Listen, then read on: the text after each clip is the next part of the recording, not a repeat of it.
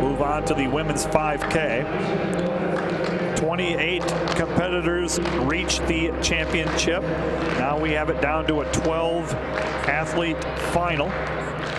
Your entrants from John Brown, Alika Pearson from Rocky Mountain, Sydney Littlelight from Rio Grande. You will have Mackenzie McCarthy, Montana Tech. You've heard her name called before. Becca Rickman from Vanguard. Keili Dorn, one of two returning All-Americans in the field, the only one that made the final. Keili Dorn, hello. National champion at the 5,000 meters. How are you doing today? I'm doing good. Obviously, I mean, you're national champions. You gotta be feeling pretty on top of the world right now. It's nice. To say it's a great feeling. So, obviously, we here at Vanguard super proud of what you did.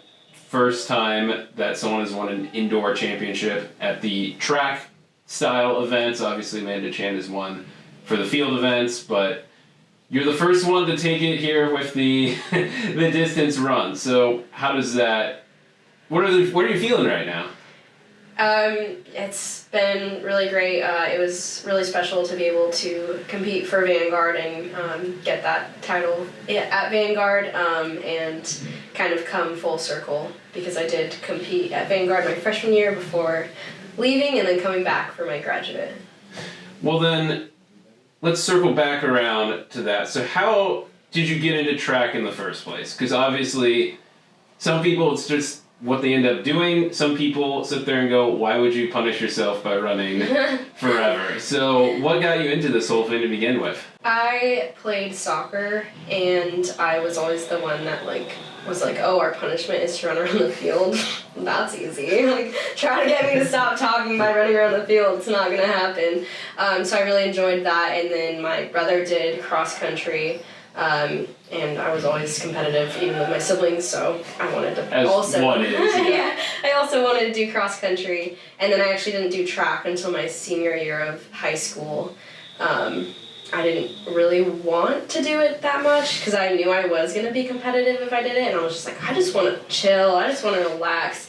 And someone said to me, he was like, that sounds like an excuse, and I was like, oh. Okay, so I did it. Challenge accepted, right? Yes. So then what was your first track event? Or what did you just go into long distance to begin with, or were you more just pick something and go with it, or what? I wanted to try everything, everything all across the field except throws. I was not interested in throwing. I've always been small and skinny. So they let me just try everything. I was on a 4x1 and we actually hit the high school record time, which was kind of cool. I did 200, I did everything. They didn't let me steeple or hurdle, which would have been helpful to steeple. Right. But I ended up getting some school records, which was exciting. I think the distance coach at the time saw that I was willing to put in the work, and then he was in turn willing to focus on me a little bit more and just give me goal times to hit. It was a huge team. That was 50 to 60 people, I think. What is the track scene like in Hawaii?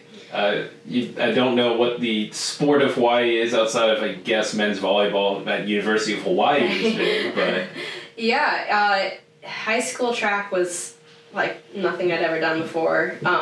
It's just a party, everyone's on the track celebrating, cheering on their teammates, just track in general, he's like that collegiately and even post-collegiately where everyone is just gathered around, just cheering everyone on, whether they're on your team or not, and it's just such a fun environment, and it was like that in Hawaii too.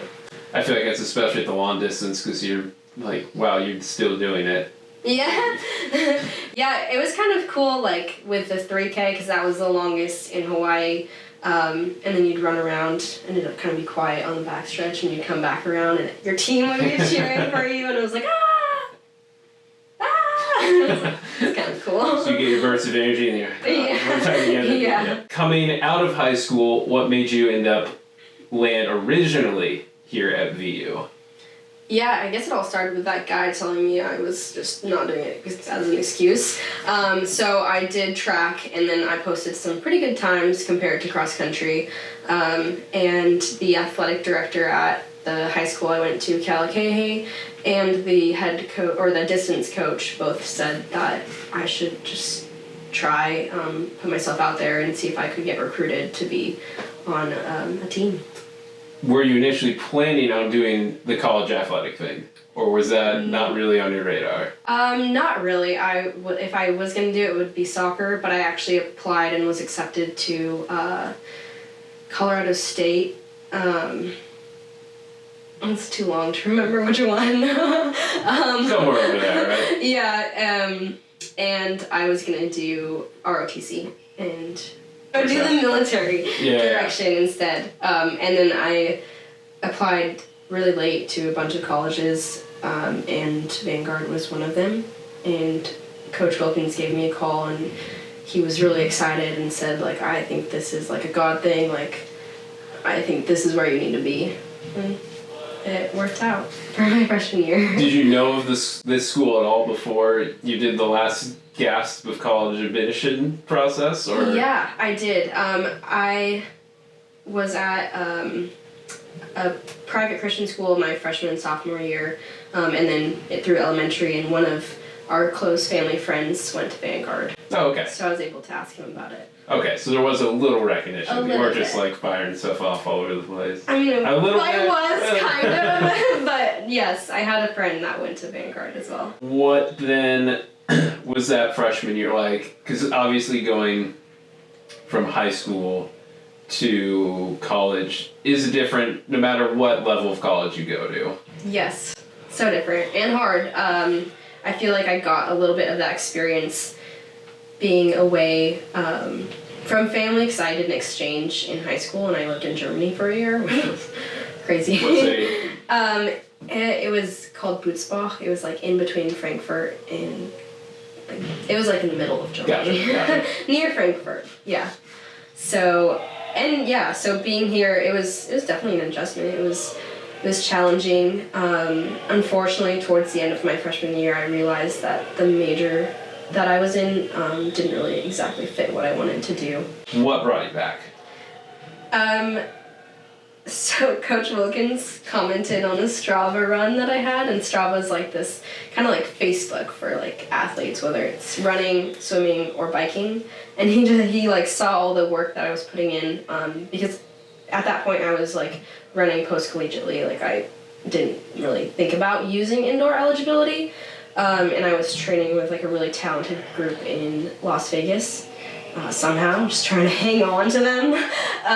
And he saw that I was like still doing workouts, and he asked if I had any eligibility. And yes. And I did. And I was like, oh yeah, I do. So you come back here, and you have to start training. Obviously you were training, but you have to start going at it again with a team and readjust back to that type of schedule. Yeah. Was that easy, or was that another whole whirlwind like when you first got here? So the first semester was remote because of COVID, and then that kind of helped because I think it like added school in before adding like training with the team in, so it was like built on itself. Because definitely school, practice, and working full time, because I still had my job from Vegas, was like a lot. It was a lot. Yeah. I kind of just had to like throw myself in and go for it. I think in the back of my mind, like I knew I enjoy being busy, and that mentality helped me. Where it's like I enjoy having my days full. So this is not the worst thing ever. It's one way to fill it up, though. Like, yeah, it was really. This year, then, you get one shot essentially. Yes. You got one season of indoor left. What in your mind is that? Is that add anxiety, or is that just like, well, here we go, or? So, coming from last year indoor, I got third. That was annoying. I didn't want to get third. I wanted first that year too. But I led most of that race, which was definitely like a critical error. Leading a race is really tough mentally, and it just takes a lot out of you. I think the girl that led this race, she did an amazing job, but she still ended up in 4th. So, which is where I was last year. So I just trained knowing that I wanted to win, and knowing that I could win. And then this year was just incredibly talented athletes. And it did scare me a little bit, but I knew I just kept reminding myself of all the workouts that I had put in for this and trained for this. You got to run in a couple different events, couple events at Westmont, one down in Soka. Writing the recaps, it seemed like every time it was outdoor qualifies for another event. So recap a little your successes at the regular season, if you will. Yeah. It was short. There was only 3. One got canceled, so, but I knew I wanted to post some good times, and I looked at the school record board that's in the gym upstairs, and I was like, oh, I could get some of those. So that was an encouragement too. And I had these goals that I wanted to hit. Unfortunately, I didn't hit them all. I wanted to break 5 in the mile. I got 5:02. I wanted to break 10 in the 3K. I got 10:05. And I think that helped though, just aiming high, and just going for it. So it was a lot of fun. I think one of the most fun things was getting to pace freshman India Moores in the 5K. I did 2 events prior to that, so I did not know if I could run the whole thing with her, and I was a little bit nervous about pacing her, but I actually ended up feeling pretty good, and she got a PR by 40 seconds, so that was nice. Well done, India. Hanging on there. Yeah. Let's go. You get to the end of the indoor, finish with Soka, all that. You qualified for, I believe, 4 or 5 events, technically. I guess I qualified for the 800, the mile, the 3K. I helped qualify the DMR team, and then the 5K. So 5 events. Now, in the story about your day got busier, now you only ended up running the 5. Was there, I want to take my one shot and get this? Yes. Was that always the plan then? Yes. Okay. It was always the plan to do one and do it big, and do it well, and do it as best as I possibly could. We did go back and forth a little bit on what event I should do, but I ended up doing the 5K, and I'm so glad I did because I love the 5K. Training for nationals, did that change at all? Did you do anything different? So we scaled back the pace of some workouts, but besides that, not really. We just knew I was ready, so we didn't have to hit the track as hard. So I held back a little bit and yeah. Flew on out there? Flew on out there. Did you ever check the NAIA results for who's leading, who's got the top 10 times for any of these things? Obsessively. Yes. Yes. Okay. I did. A lot. I didn't know if that was, you watched the scoreboard at all, watching, or if that was I'll just keep my head down and do my thing. Every weekend.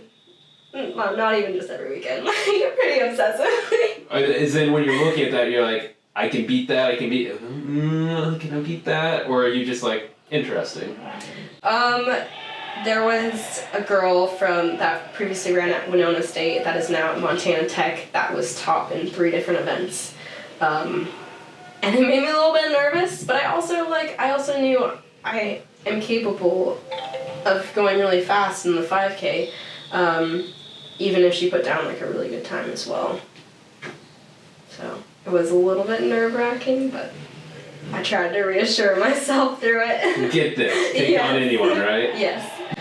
Showing up, what's the atmosphere like in South Dakota? When you get there, the pageantry of a national championship feel and all that. Cold. First of all, it was cold.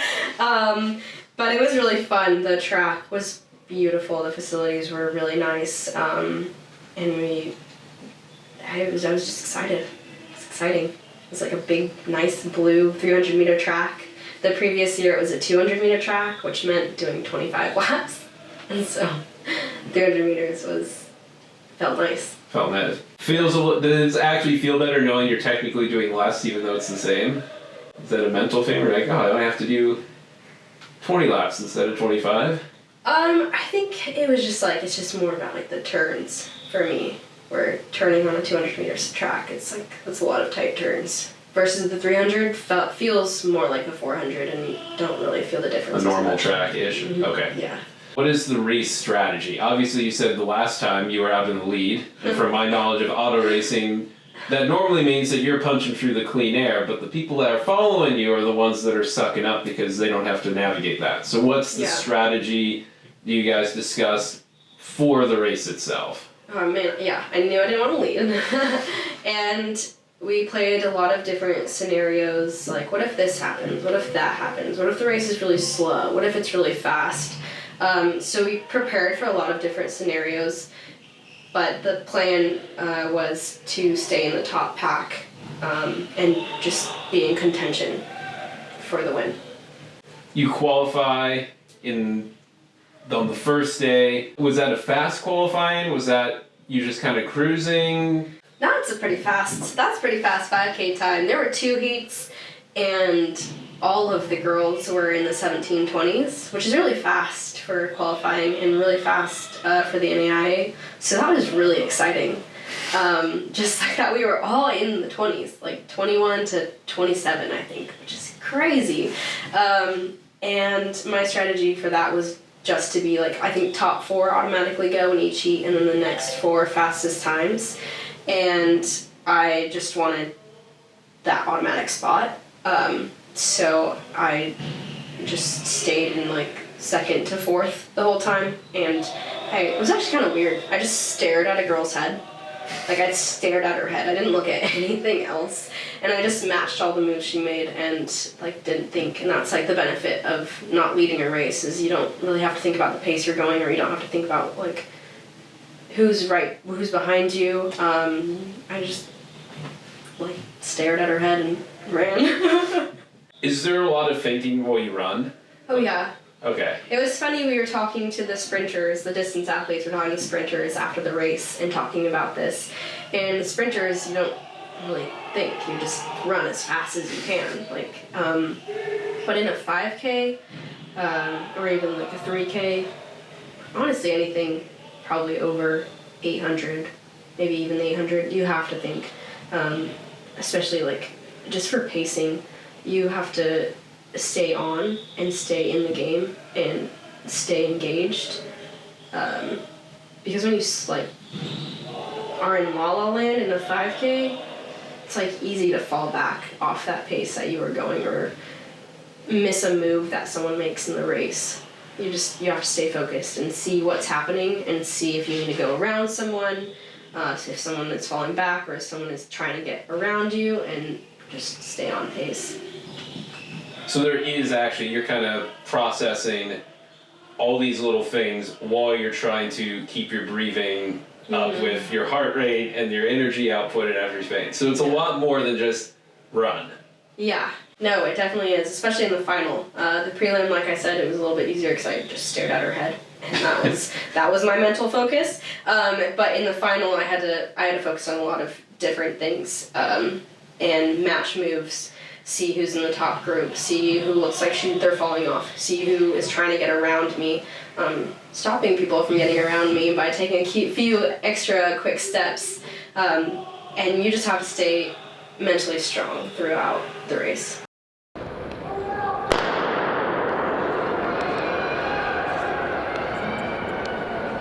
And we are off in this 5K. Is there any coach yelling at you like speed up, slow down, or by this point they're like it's out of my hands and they just kind of let you do whatever?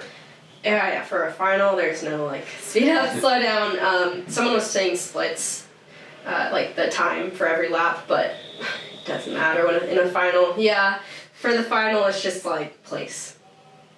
Yeah, and I did not know I was going the pace for a personal record, but you're just going. Yeah, I was just going. So you get into it. Did you know anyone, not personally, but did you know anyone from your looking at the leaderboards before where you're like, oh, I'm with this person made it or something that you're kind of like, oh, okay, I'll watch out for you? Or... Yeah, definitely. The Montana Tech, Becca Rickman, yep. she won 2 other events, actually. So she was going for a triple. So when I saw that she won the mile and the 3K, and the 3K was so close to the 5K, when I saw that, I knew that she was going, like, obviously she wants to triple. Yeah. No doubt in my mind she wants to triple. And she's such a talented athlete that she almost did. And I kind of knew that she'd be in that top pack. And when we started, we both actually weren't in the top pack. But I was like completely comfortable knowing that she was like behind me and beside me because I could just match her moves to get into the top pack. Fastest prelim time was 17:20. So we're over a third of the way in terms of time. Pearson continues to lead the field. Bacon close second. Pearson right now is your leader. You kind of took on, all right, this girl is one of the top runners. I'm just going to latch onto her, and eventually we'll get up towards the promised land. Oh, yeah. Yeah, that was the first few laps, for sure. We'll be at about the 9-minute mark when they come by the start line. It is Pearson from John Brown, followed by Dorn from Vanguard, and Bacon and Corona from St. Francis, Rickman from Montana Tech.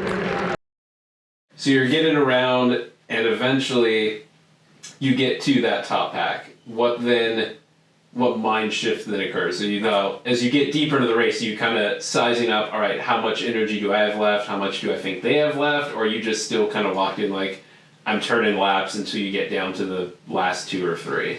At that point, I was more thinking, like, who's trying to make moves? Is someone else going to take the lead? Is this going to be, like, are we in the top pack? Or is there going to be a change that happens? Because if someone takes the lead and surges, suddenly you're not in the top pack. So you have to, like, be watching other people's moves and be ready to make and follow a move or a surge or a pace change. You get to the final bell lap. She is your leader with Rickman right behind, Dorn from Vanguard, and Corona from St. Francis. Now Rickman on the bell lap has moved into a solid second. Pearson with the lead. She'll try to hold off. Pearson, Rickman, Corona, your top 3. Dorn in 4th. What is that? Does that kick into anything? What? Because obviously for most of that lap you're sitting in 4th, which is not, I think, where you wanted to finish. Yeah. So no. Well, before even the bell lap, I started falling off. I started feeling the pace. Definitely. And I was getting really tired and a little bit out of focus. And they picked it up like 600 or 900 to go, and I was just trying to stay on to that. But I did end up like falling back a little bit more off the front pack than I would have liked into 4th place, and coming around maybe probably 500 meters to go. I was like, oh well, 4th would be okay, like 4th wouldn't be that bad, and then I was like, no, like, but I finished 3rd last year, you know what I mean? Can't fall back. Yeah, so I was having this mental battle in my mind, and then with the bell lap, I was still a little bit off the front pack, and then I came around and Coach Wilkins, like, I didn't hear a lot of what he said to me throughout the race, but I heard what he said then. He said, be a sprinter. And I was like, okay, I'm dying, but here we go. And it didn't really click. I like heard it, but it didn't really click until like 100 meters later, where I just like was able to kick it in and outkick the other competitors. And I honestly think it was like a God thing too, because I was like not mentally engaged in the last few laps, and we had prayed like a lot beforehand, like. And I was so nervous. I asked Coach Wilkins to pray for me like 3 times or something. I was like, wait, no, Coach, pray for me again, please. and he prayed for supernatural strength. And I didn't make that mental decision to kick, which usually happens in a race. My body just started going. Like, I knew I wasn't going to be happy with, like, a third place finish, and that definitely played into it, but I also think, like, God gave me the strength and, like, ability to kick it in and out-kick everyone. Are there any thoughts, emotions as you're rounding the final turn and you're just slowly catching and passing everyone? I was kind of, like, shocked with myself. I was like, whoa, look at me go. And another one of my thoughts were, like, when you're running, a lot of people say to you, like, as a distance athlete, if you have a really good kick, that you didn't, like, give it your all throughout the rest of the race. And I was like, oh no, I hope people don't think that I wasn't working hard. I just ran 5,000 meters and was like, oh, whatever, I'll do it at the end. No. Yeah, exactly. But my other thought was, these are all silly thoughts. So sorry. But my other thought, as I was coming to the finish line, I was like, I was really tense. I was like, the best kick I've ever done. My whole body was tense. My legs were super tense. My face was really tense. And I was like, oh man, I bet my face looks so ugly. But it actually didn't look that bad reviewing the videos. But that was my thoughts going into the finish. Here comes Rickman from Montana Tech, your mile champion, your 3K champion, trying to add the 5K title. Rickman going for it.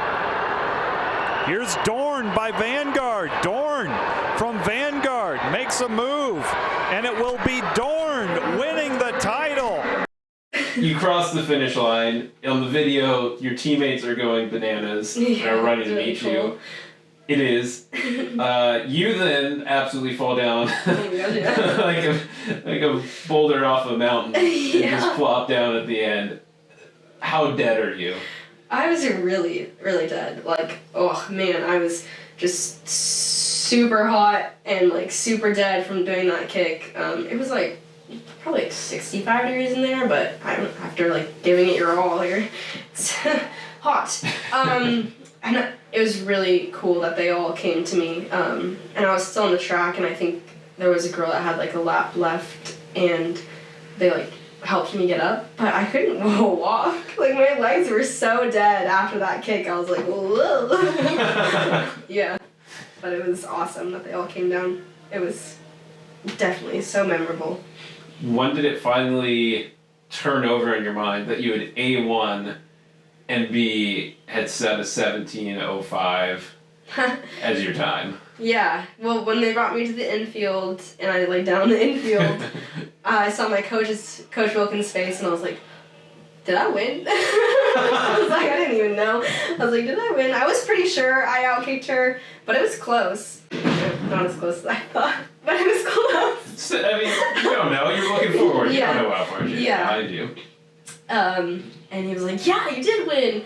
And then the race official was like, this is like the shell that from the gun, here you go. And I was like, what are you talking about? I was like, oh, okay, cool. And I looked down on my watch and it said 17:08, and I was like, well, I definitely didn't pause my watch during my kick, so I guess I PR'd. And it was actually 17:05, so I must have stopped it. I don't even remember stopping it, so I must have stopped it. Maybe you were falling down. Ah. Yeah, I guess so. Yeah, probably. Once you finally get water, compose yourself, maybe finally cool down a little bit, and it all settles in, how excited were you in being able to celebrate with everyone? Oh, so excited. I finally like composed myself after a few minutes of just being like, bah. I need room. And all my teammates were still in the infield, and then I was like, okay, I'm ready. And then I ran over, and we had a big group hug. We were all jumping up and down. It was a great feeling. It was like, thank you, God. This is what I've been working for the last 2 years, and I got it. That's a fantastic way to end. Obviously, there's no better way to go out than taking home hold up your plaque here. Yeah. No, but nothing better than walking out with that, right? Yeah, it was really rewarding. it was really nice. Cool podium celebration, getting handed that by Wilkins. Yeah. Yeah, Coach Wilkins was like, I don't know if I'll be able to hug you because it was like pretty high up. And I'm like, I could barely like grab the black. Yeah, that's a really high freaking... It was really high. So, no, it was so nice. And it was just like really cool to be able to stand on that podium with all the other girls that are really talented athletes. Celebrations, obviously, at some point with friends and family from back home. Yeah, they called me after my race on a conference call with my family, and we're like, oh my gosh, we saw your kick, that was so cool, and oh, it was really nice. It was really nice. We are thrilled, again, because this is such a great achievement, and hopefully, you know, that all of us, this is like one of the best things that's going to happen all year. So, oh. This is awesome. Thank you. Going forward, though, what's next in the life of a national champion for Keili Dorn? Yeah, so I don't get to wear the Vanguard uniform anymore, which is sad. But I will be racing outdoor, and I will still be running and trying to PR and trying to improve and just get better every day and keep training hard. Keep running hard. Keep at it. Keep hitting the track. Where do you want to take with your soon-to-be, once you complete it, master's degree and everything else you've done over the past few years? Is there any certain end goal, or you just kind of see where God leads you and what opportunities open up? Definitely both. I think I try to be really open to any opportunities that come my way. I got promoted recently, so I'll be moving back to Vegas and still in my current job. I got promoted to like a lead analyst versus like just an analyst, so I get to help manage the team and provide training and scheduling and all that fun stuff. And I think the master's degree and just my studies so far has really helped play into that and get knowledge about what it means to be a good leader and what it means to organize a team and project planning it, everything related to work, burnout, stress, all of that good stuff. So I think, like I said, it just helps with every industry and every career that you want. That's awesome. Yeah, it is. Well, know you're forever aligned, and you will forever be a national champion, Keili.